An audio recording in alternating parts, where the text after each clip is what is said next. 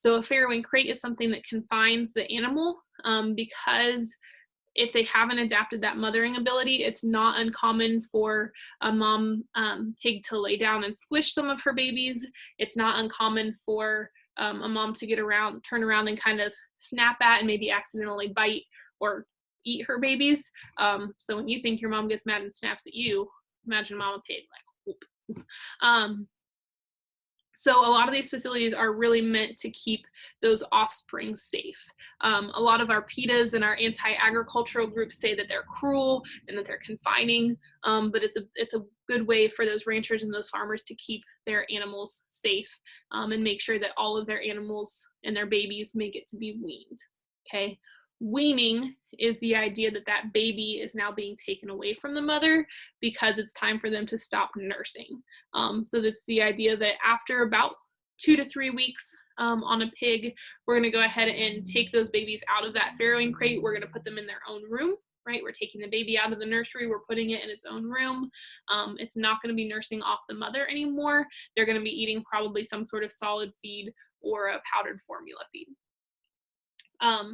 But being introduced to solid food. All of you were weaned at one point. It's perfectly normal.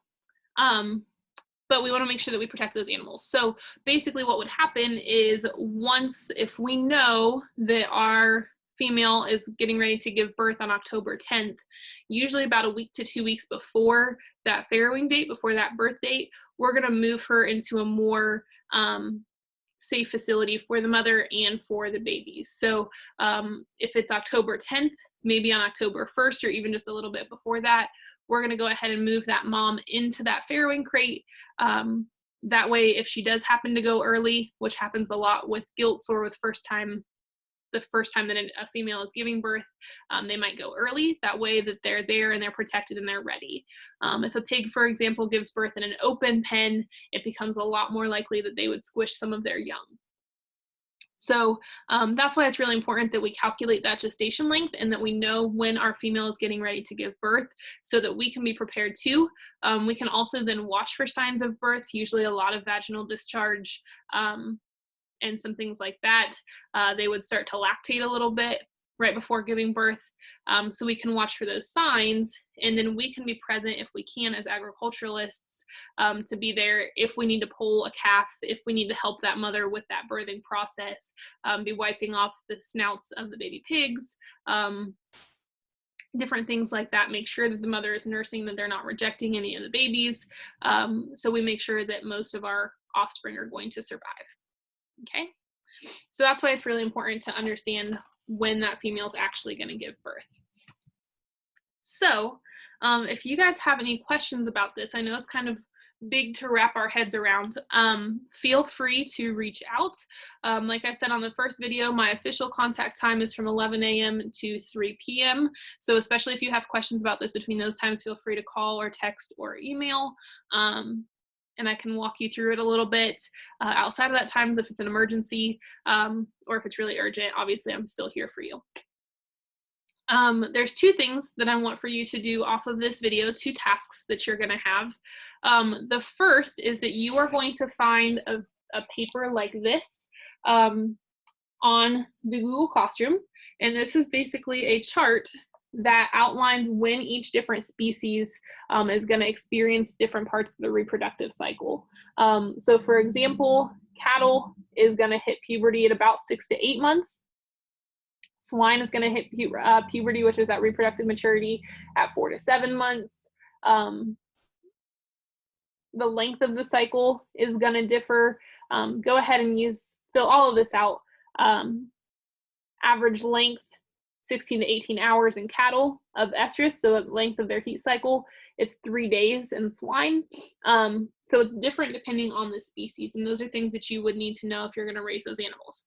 So you have a blank chart just like this in your books. Hopefully you took those home. If not, you can draw it out on your own piece of computer paper.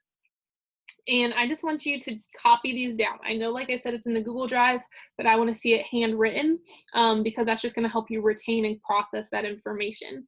Then all I want you to do is use your device, snap a picture of it, and upload it to the evidence section that I will have on Google Classroom. it'll be named after this post. So this is what, season 1, episode 3. So everything will be named after that. When you're done with this, I want you to pick one of the species on the chart. So cattle, swine, sheep, goats, or horses. Can't pick humans. And you are going to make, so you're going to copy the chart. If you need to, when you're calculating gestation, you can Google some calendars to find this for all the species. But once you've copied that chart over, you are going to make a timeline. You know what a timeline is? Has a start, has an end, has stuff in between. Okay, so you're going to make a timeline. In that timeline, you are going to pick one species. So it could be any of those 5. And you are going to pretend like you have a female in those species. Okay, and we're going to outline from when that female is physically born from its mother to when it has its first litter or has its first offspring. A litter for a cow is probably 1. If it has 2, that's pretty rare. 3 is really uncommon in cattle. So you're going to pick one species, and on a piece of paper, you're going to make a timeline of how that happens. Now, these are all going to be outlined also on a Google Classroom sheet for ease, so you don't have to watch it from this video, but you're going to outline 10 different events for that animal. Okay, so you're going to start by telling when that animal was, so 11, I guess. Start by when that animal was born. You can pick the birthday, any date, any time, but you do need to outline for each of these events what event is happening, the date that event is happening, and the time of day that that event is happening. Hours can get really important for some of these species. Then you're going to calculate when that animal would hit puberty. So let's say that the average puberty is 6 to 8 months for cattle. So I'm going to calculate 6 months from when that cow, when I picked its birth date, and then I'm going to put a little dash on my timeline, and I'm going to say hits puberty. I'm going to put the date that that would happen, and I'm going to put the time of day. For some of these things, the time of day you'll be able to pick. Okay, they're not hour specific. That the first same time that it hits puberty is going to be the same time that what starts?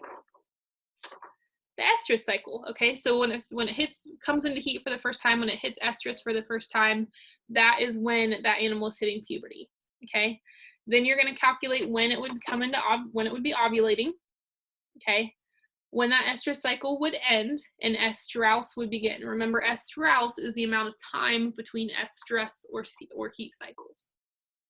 Okay. Then you're going to figure out when it would hit estrus again. So what is the length of that estrus cycle? You're going to calculate when it would be ovulating. And then you're going to figure out the best time to breed. And that's going to be on that chart that I'm going to upload. So you're going to breed that animal the first time. Then you're going to figure out 12 hours later, you're going to breed that animal the second time. And then you're going to calculate that animal's gestation. So if I said that I bred the animal the first time on August 1st, and I'm doing a timeline for a hog, okay, then I'm going to look on here. You can Google these and find them real easy, just gestation table for whatever species. And if I said August 1st was when I bred that animal, they're going to farrow on November 23rd. Okay, so on my timeline, I'm going to be able to say birth when I say November 23rd. Okay, and then you might put a bracket in between those times, just label that as gestation. Okay, it says gestation period. You do want to calculate your gestation from the time of first breeding, not second, because you want to say, okay, what's the earliest time that this animal might start birthing that I would want to start watching for that. And so you're going to calculate off the first time that you bred that animal. Okay, so you're going to go ahead and create this. You can name your animal if you want, have fun with it, make it pretty if you want, if you're into arts and crafts time, and you're going to create that timeline with all of these things for the species that you've chosen after you've made that chart. Okay, make sure that again you put the event, the date, and the time for each thing that's happening. Okay, if you have questions, please reach out. If a lot of you have questions, I can upload a video that would clarify these things. Feel free to rewind and watch this back and have that re-explained to you if you need to. It is kind of a tricky concept to grasp, so I'm sorry I'm not there to walk you through it. If you need to call and walk through it, we can do that too. So with that, you'll find the chart and the folder to upload your finished charts to, the images of those. And then you'll also find a document outlining what you need to have in your timeline on your Google Classroom. There will also be a folder that you can upload, just take a picture with, again, your mobile device, that you can upload that timeline to and put those in that folder as well. Okay, so happy reproductive tracking. Let me know if you have questions. Stay safe.